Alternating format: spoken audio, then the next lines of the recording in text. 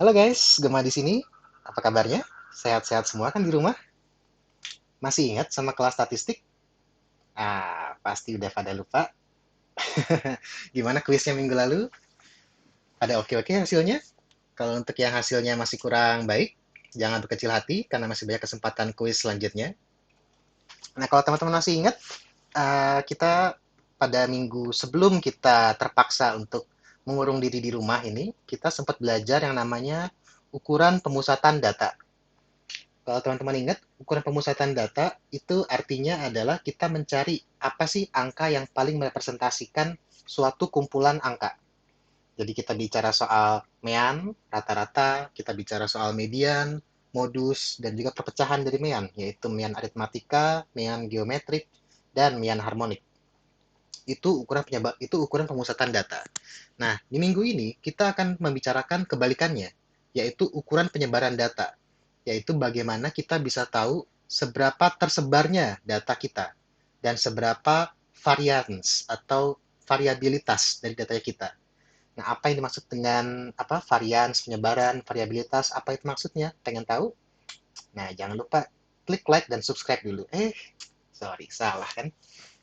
Nah, maksud saya kalau pengen tahu, mari kita dengarkan kuliah minggu ini, kuliah malam-malam, atau mungkin kalau teman-teman nontonnya pagi-pagi atau siang, terserah, bisa ditonton kapan aja. Baik, jadi sebelum kita mulai kuliahnya, kita akan eksperimen terlebih dahulu. Ini berkaitan sama materinya, jadi tolong perhatikan. Nah, jadi jika misalnya ketampanan atau kecantikan itu bisa diukur dengan skala 1 sampai 10. 1 sampai 10. Satu itu ya di bawah, satu itu buruk rupa gitu kan. Istilahnya 10 itu ganteng atau cantik sangat gitu kan. Paling tinggi. Nah, kalian kalau misalnya disuruh milih, lebih suka kalian punya ketampanan atau kecantikan dengan skor 7, tapi lingkungannya rata-rata skornya 8, atau kalian lebih milih ketampanan atau kecantikan kalian itu skornya cuma 6, tapi lingkungan kalian rata-rata skornya itu 4. Mana yang kalian pilih? Yang A, yang atau B? Silakan dipikir dulu. Nah, biasanya kalau pertanyaan seperti ini, menurut survei statistik, rata-rata orang akan milih yang kedua. Kenapa? Karena kalau misalnya di pilihan yang pertama, kalian oke lah, skor kalian 7. Itu kalau 1 sampai 10, berarti kan kalian ada di agak di atas ya kan, cukup di atas. Tapi masalah di lingkungan kalian, itu rata-rata skornya 8. Jadi kalian di sini di bawah rata-rata. Walaupun kalian punya skornya 7, tapi kalau lingkungan kalian itu orangnya rata-rata kecantikan atau ketampanannya 8, maka kalian akan dianggap di bawah rata-rata. Tapi kalau misalnya kalian ketampanan atau kecantikan dengan skornya 6, dengan lingkungan rata-ratanya 4, maka kalian akan jadi paling ganteng atau paling cantik di lingkungan tersebut. Nah, ini adalah apa namanya? Kecenderungan dasar manusia. Bahwa orang-orang kita itu kenapa kita punya rata-rata gitu kan? Ada rata-rata tinggi badan, rata-rata kekayaan, rata-rata kepintaran. Itu karena kita sebagai manusia selalu membandingkan dengan rata-rata.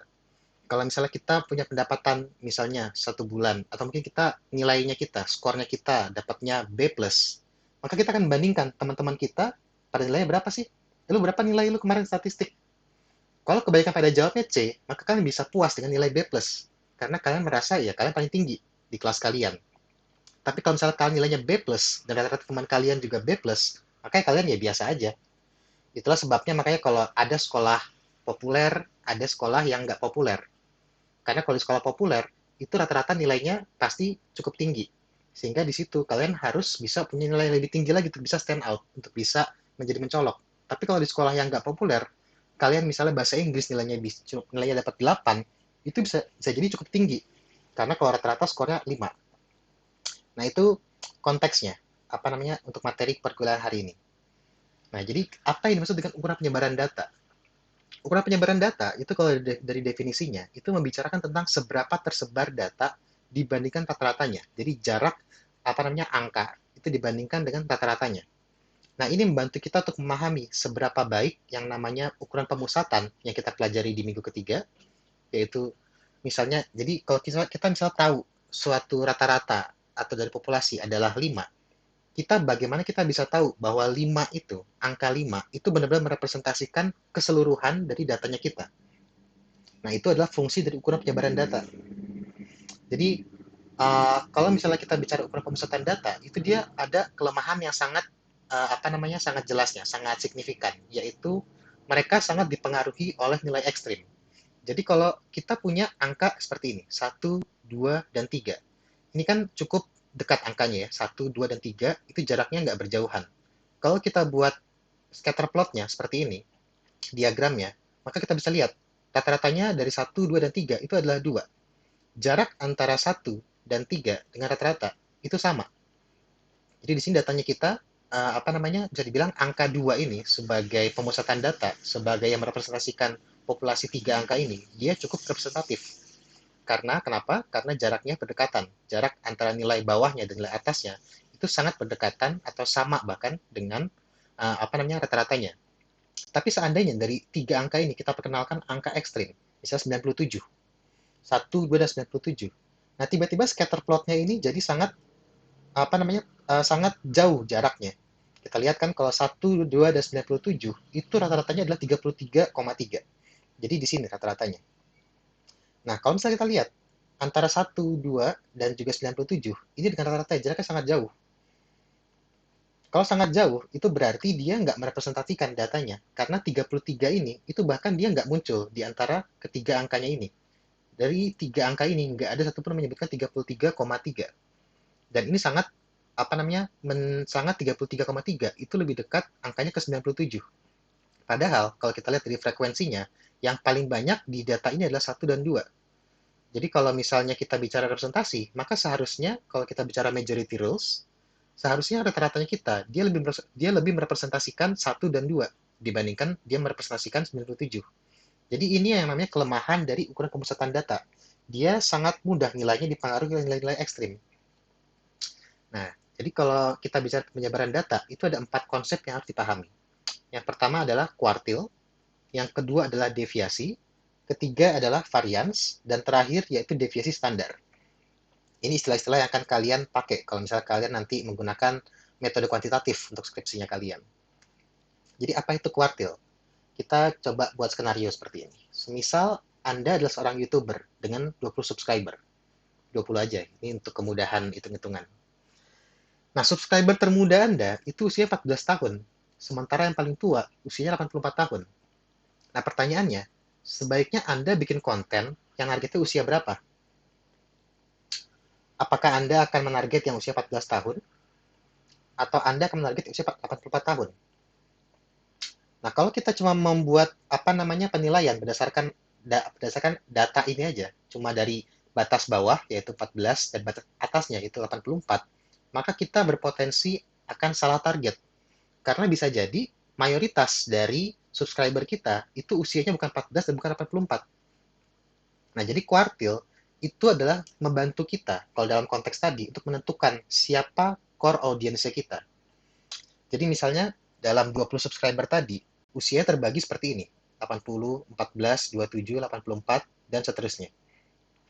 Nah, untuk bisa menentukan kuartil, kita urutkan dulu datanya.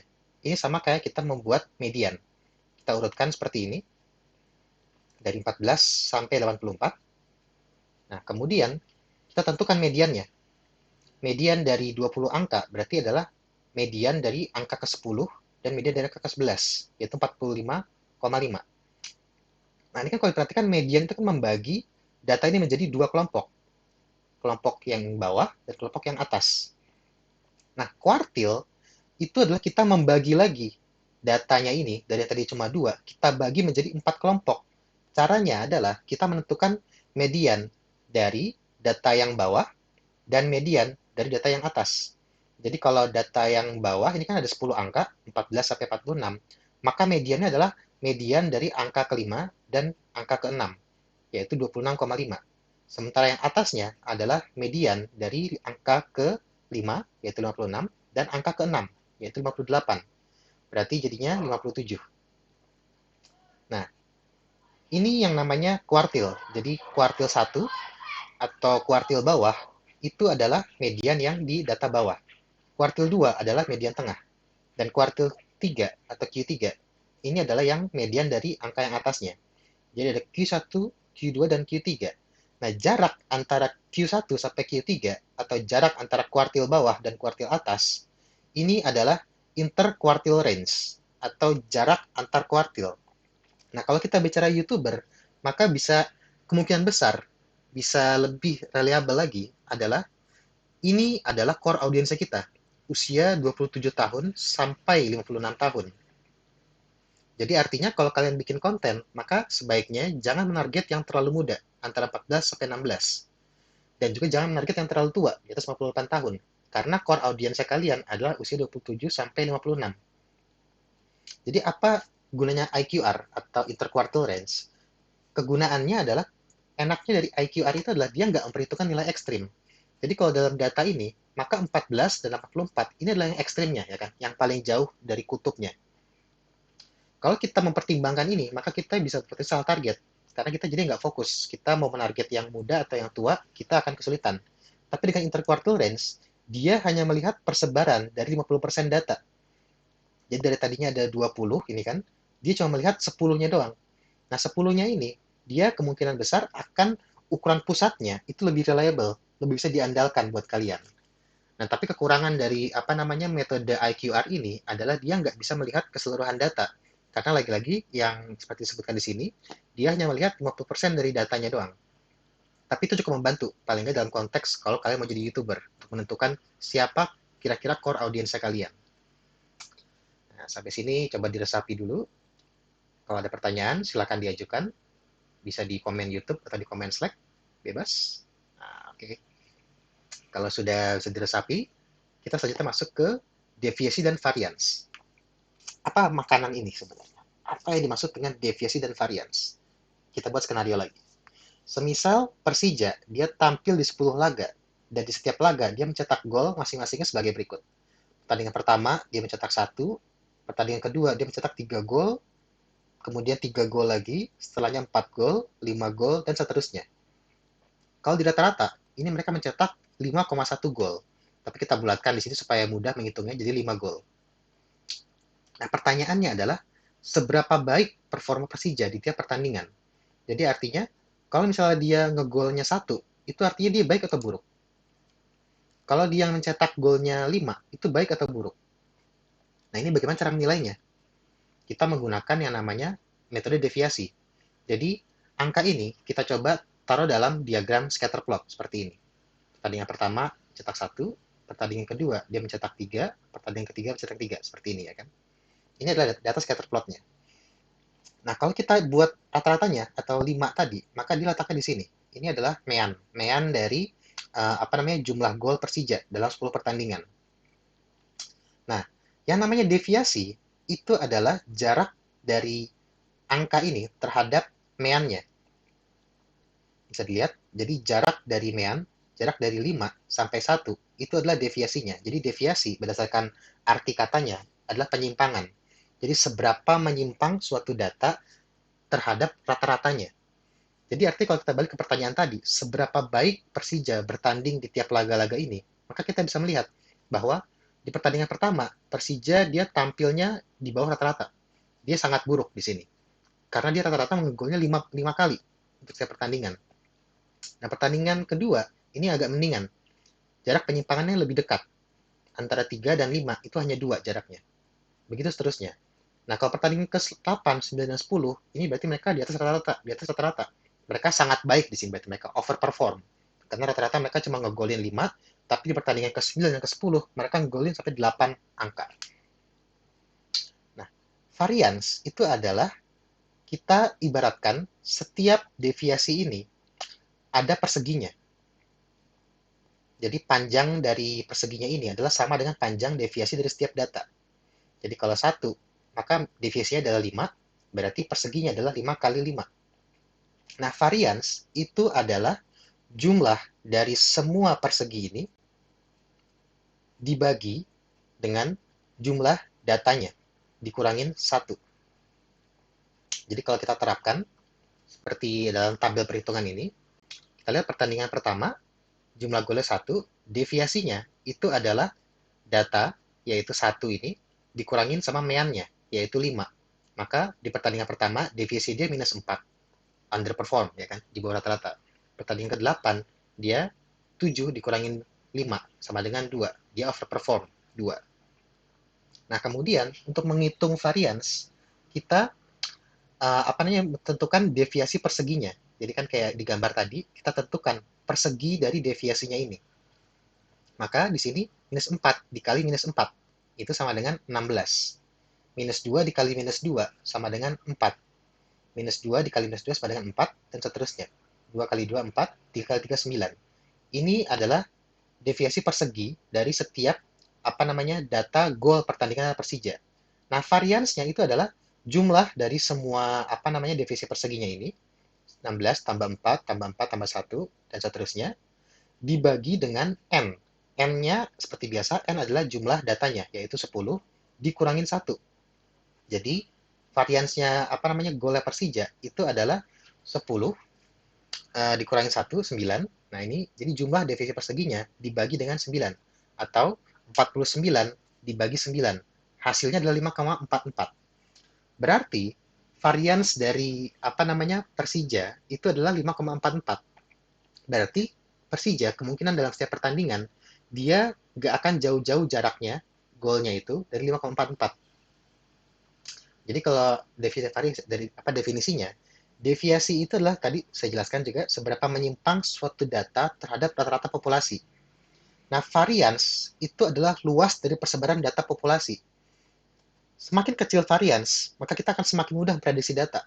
Karena berarti kan dia nggak terlalu menyimpang kalau makin kecil, tapi kalau semakin besar, maka dia semakin gede variabilitasnya. Semakin dia bisa, datanya itu sangat tidak terprediksi. Bisa hari ini 1, bisa besoknya 10 misalnya. Itu kalau semakin besar variansnya. Nah, jadi gunanya dari varians dan deviasi ini adalah kita mencari tahu seberapa, persebaran datanya kita. Dan kalau kita mau buat analisis statistik, maka kita idealnya adalah kita punya data yang tidak terlalu besar variansnya, tidak terlalu besar variabilitasnya. Ini kalau diibaratkan sama seperti misalnya kalian berjudi, ya kan? Kalian bikin taruhan, taruhannya mungkin nggak harus duit apapun itu, tapi kalau kalian taruhan, maka kemungkinan kalian bisa menang adalah taruhan di mana probabilitas atau variabilitas kemenangannya itu nggak terlalu tinggi. Jadi kayak misalnya kayak bola itu variabilitasnya nggak terlalu tinggi. Kenapa? Karena golnya mereka itu pasti kan ke antara cuma dua, ya dua itu udah lumayan tinggi biasanya kan, dua, empat, empat juga udah tinggi banget. Jadi kemungkinan golnya cuma satu, dua, tiga, dan empat. Jadi kan kalau misalnya kalian disuruh milih gitu kan, kira-kira untuk nebak, kira-kira tim ini akan menangnya berapa besok, kalian cuma akan memikirkan paling nggak angka 1 sampai 4. Kalian nggak harus memikirkan angka sampai 30. Jadi cuma ada 1, 2, 3, dan 4. Jadi kalian pilihannya sedikit, lebih sedikit. Itu artinya variansnya kecil. Dan dalam hal itu, kalian lebih punya chance untuk menang lebih tinggi. Karena ya itu tadi kan, pilihannya nggak gitu banyak. Nggak terlalu banyak harus mikir. Beda sama baseball misalnya, atau basket yang sangat tinggi variansnya. Tiap pertandingan bisa beda-beda skornya. Nah, jadi itu. Nah, selanjutnya kita punya defisit standar. Apa maksudnya? Nah, jadi kalau misalnya skenario tadi, kita tadi kan baru ngomongin 10 pertandingan. Nah, kemudian tiba-tiba di 2 pertandingan selanjutnya, Persija mencetak 20 dan 30 gol. Pertandingan 11, pertandingan ke-12. Nah, pertanyaannya adalah, apakah kalian akan bertaruh, ya, akan bahwa Persija itu bisa mencetak 25 gol di pertandingan selanjutnya? Kemungkinan besar jawabannya adalah tidak. Karena secara intuitif kita tahu bahwa 20 dan 30 gol itu adalah nilai ekstrim dalam sepak bola. Jarang kan kita menemukan pertandingan sepak bola dengan skor 20 dan 30.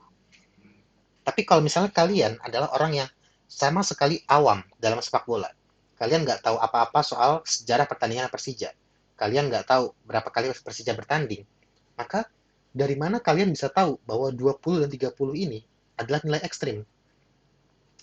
Nilai ekstrim yang artinya bahwa ini cuma terjadi kebetulan aja. Mungkin karena timnya sangat lemah, atau tim lawannya itu kurang orangnya, sehingga Persija bisa gol sampai 20, sampai 30. Nah, kalian bisa tahu dari mana bahwa 20 dan 30 ini adalah nilai ekstrim? Nah, disitu kita pakai definisi standar. Jadi definisi standar itu dari definisinya, itu adalah rata-rata deviasi yang kita ekspektasikan dapat terjadi terhadap mean. Maksudnya jadi, kalau misalnya kita melihat suatu peristiwa kayak pertandingan sepak bola tadi, kira-kira kita bisa mengekspektasikan Persija itu akan golnya berapa sih dibandingkan rata-ratanya. Jadi kalau rata-ratanya 5, kira-kira standarnya dia penyimpangan itu berapa dari 5 tadi? Nah, rumus dari divisi standar itu sangat sederhana sekali, yaitu akar dari varians. Varians yang rumusnya adalah seperti ini tadi. Jadi kalau misalnya pertandingan tadi ada 10 pertandingan, maka deviasi standar dari 10 pertandingan ini itu adalah akar dari 5,44, yang mana hasilnya adalah 2,33. Jadi, di setiap pertandingan Persija, kalau kita hanya mengacu pada 10 pertandingan ini, kita bisa expect, kita bisa predik bahwa Persija itu golnya cuma jaraknya 2,33 dari rata-ratanya, yaitu 5. Jadi kita bisa expect bahwa Persija itu golnya antara 2, 3, 4, 5, 6, dan 7. Kalau dari data tadi. Jadi artinya kalau kalian mau taruhan, kira-kira Persija menang golnya berapa pertandingan selanjutnya, maka kalian cuma perlu mikirin angka 2 sampai 7. Kalian nggak perlu mikirin angka yang lainnya. Karena standar deviasinya adalah 2,33. Jadi 2,33 ke atas dan ke bawah. Nah, tapi kalau misalnya tadi ada kita tambahkan data 11 dan 12 ini, 20 dan 30 gol, maka kita akan melihat bagaimana ternyata standar deviasinya itu bertambah sangat drastis. Dari yang tadinya 2,33 itu menjadi 8,3. Karena ini kan dari apa namanya? Kita lihat dari angkanya juga, meannya juga jadi akhirnya nambah. Dari yang tadinya hanya 5, meannya jadi 8,4. Mereka pada tengah berubah semua. Nah, 8,3 ini itu bermasalah. Kenapa? Karena di sini angka deviasi standarnya atau standar deviationnya itu sama dengan angka meannya. Hampir sama. Mean 8,4, sementara standar deviasi 8,3. Nah, ini bermasalah karena jadinya datanya kita itu sangat random. Jadi artinya Persija di tiap pertandingan, kalau kita mengacu, kalau kita mau menggunakan data ini sebagai acuan kita untuk bikin taruhan, maka kita akan jadi kemungkinan besar akan bermasalah. Karena jadinya, artinya Persija itu dalam setiap pertandingan, dia golnya bisa jaraknya 8 dari rata-ratanya. Jadi kalau rata-rata mereka 8, maka Persija bisa ngegolin antara 1 sampai 16. Itu banyak banget yang harus dipikirin. Dan disitu kalian jadi nggak bisa fokus sama apa sebenarnya dan apa namanya performa Persija yang aktual di situ. Karena kalian terlalu banyak angkanya dari 1 sampai 16. Ada 16 angka yang kalian perhitungkan di situ. Jadi kesimpulannya adalah kalau kita bicara defisit standar dalam konteks tadi, kenapa kita bisa tahu bahwa 20 dan 30 ini adalah angka yang ekstrim? Karena ketika ditambahkan dalam keseluruhan populasinya, dia menyebabkan angka defisit standar yang terlalu besar, yang adalah 100% sama dengan meannya. Makanya jadi kita akhirnya nggak bisa menilai performa Persija berdasarkan data tadi, karena ya tadi terlalu besar defisit standarnya. Nah, supaya kita bisa menilai performa Persija secara lebih objektif, kita harus menggunakan data yang deviasi standarnya lebih masuk akal, yaitu data 10 pertandingan tadi, yang ini. Jadi artinya kegunaan dari apa namanya menghitung deviasi dan variasi ini adalah sebenarnya kita menghitung probabilitas seberapa besar kemungkinan kita untuk bisa mendapatkan analisis yang akurat dari datanya itu. Jadi artinya kalau kita mau tadi contohnya ini, kalau kita mau menggunakan analisis yang akurat untuk menganalisis seberapa baik performa Persija, maka kita menggunakan data yang deviasi standarnya lebih kecil ini, yaitu 5,44. Jadi demikian kesimpulannya adalah ukuran penyebaran data itu membantu kita untuk mengetahui seberapa tersebar populasi datanya kita, seberapa tinggi varians dari datanya kita, dan seberapa besar kemungkinan kita untuk bisa menganalisis secara akurat. Nah, semakin tinggi ukuran penyebarannya, maka datanya itu akan menjadi semakin unpredictable. Ya, jadi kita akan sulit menganalisisnya. Jadi pada dasarnya fungsi utama dari ukuran penyebaran data itu adalah menghilangkan nilai ekstrim dari populasi data kita, supaya kita bisa lebih akurat. Karena kalau kita nggak pakai ukuran penyebaran data, kita hanya pakai ukuran pemusatan data, kita akan terkena ini tadi, permasalahan utama dari ukuran pemusatan data, yaitu dia sangat mudah terpengaruh oleh nilai ekstrim. Jadi demikian perkuliahannya. Silakan diresapi. Saya tahu ini cukup membutuhkan waktu untuk bisa meresapinya. Dan jangan malu-malu untuk bertanya. Silakan ajukan pertanyaan di Slack. Saya pasti akan jawab kalau misalnya masih belum paham. Jadi ini saya menggunakan pada dasar presentasi ini itu adalah untuk menjelaskan manfaat real dari rumus-rumus statistiknya ini. Kalau untuk keperluan apa namanya UTS nanti, yang kalian harus ingat-ingat yang harus paling kalian ingat-ingat itu adalah rumusnya, yaitu rumusnya apa bagaimana menentukan deviasi, ada di sini. Ya, di mana tadi? Nah, ini kan rumusnya deviasi yaitu data dikurangin mean, rumusnya cara menentukan kuartil seperti ini tadi. Kemudian rumusnya varians dan juga rumusnya dari deviasi standar. Paling enggak itu yang harus kalian ingat-ingat kalau misalnya kalian apa namanya merasa kesulitan memahami perkuliahan ini. Tapi saya harap sih ini bisa menjelaskan lebih apa dalam soal kenapa sih kita harus belajar apa namanya rumusnya ini, apa manfaatnya dan apa kegunaan dalam real life. Jadi itu saya harap sih bisa dipahami. Nah, untuk bisa absen selanjutnya adalah saya sudah menyediakan link Google Form di thread video ini di Slack. Nah, G-Form-nya itu ada soal latihan sederhana. Jadi saya tahu teman-teman sangat banyak tugas dan sangat banyak tanggung jawab karena perkuliahan online dan saya juga terlambat di sini ngasih materinya. Jadi ini saya sifatnya ini latihannya ini hanya latihan, nggak saya perhitungkan ke nilai perkuliahan. Jadi cuma kalian isi aja, yang penting kalian di situ ngasih nama sama NPM supaya bisa saya absen. Nah, jawaban G-Form yang saya tunggu sampai Kamis 2 April 2020 pukul 19. Cukup simpel kok, cuma ada 3 pertanyaan dan itu multiple choice. Kalian bisa jawab asal kalau kalian malas ngisinya juga. Tapi saya harap sih kalian menggunakan ini Google Form untuk latihan karena ini akan materi yang terpakai untuk UTS nanti. Jadi itu demikian. Sekian kuliah hari ini. Sampai jumpa di kuliah selanjutnya.